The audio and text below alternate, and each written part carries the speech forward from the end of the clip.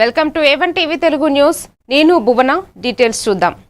కృష్ణా జిల్లా చల్లపల్లిలో పోలీస్ వాహనంలో అగ్ని ప్రమాదం చోటు చేసుకుంది. దీపావళి సందర్భంగా సీజ్ చేసిన టపాసులను తరలిస్తుండగా పోలీస్ జీప్లో ఒక్కసారిగా పేలుడు సంభవించి మంటలు చెలరేగాయి. దీంతో వాహనం పూర్తిగా ధ్వంసమైంది. ఈ ప్రమాదంలో SI Durga Veeranjaneyulu, driver Nagaraju, court constable Abdullah, head constable Teja తీవ్రంగా గాయపడ్డారు.